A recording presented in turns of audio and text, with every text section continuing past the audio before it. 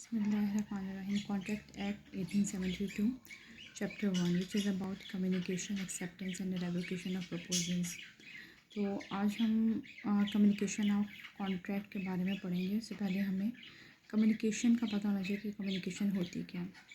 Communication को समझने के लिए पहले आप एक एग्जांपल लें कि किसी भी कम्युनिकेशन में एक सेंडर होता है और एक रिसीवर होता है।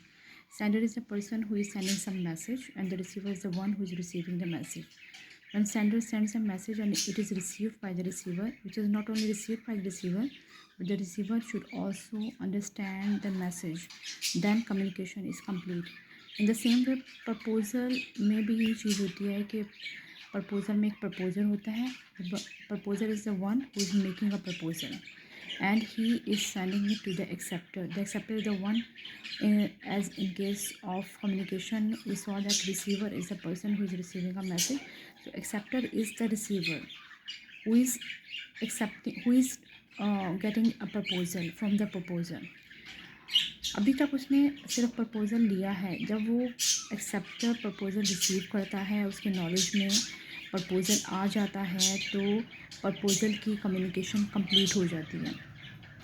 अब अगर एक्सेप्टर प्रपोज़ल को एक्सेप्ट कर लेगा तो ये एक प्रॉमिस बन जाएगा, और वो उसे एक्सेप्ट करने के बाद वो उसे वापस भेज देता है प्रपोज़र के पास। और जब प्रपोज़र के पास वो एक्सेप्टेंस आ जाती है और उसके नॉलेज में ये आ जाता है कि his proposal has been accepted by the acceptor, तो कम्युनिकेशन ऑफ एक्सेप्टेंस कंप्लीट हो जाती है।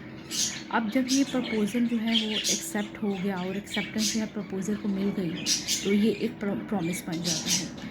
और एक ऐसा promise which forms a consideration, forming consideration, तो वो एक अग्रीमेंट बन जाता है। और जब ये अग्रीमेंट जो है वो it is enforceable by law, तो it becomes a contract. And a contract is of 3 types, जिसमें कि एक वॉइड कॉन्ट्रैक्ट होता है, एक वैलिड कॉन्ट्रैक्ट होता है, एक वॉइडेबल होता है।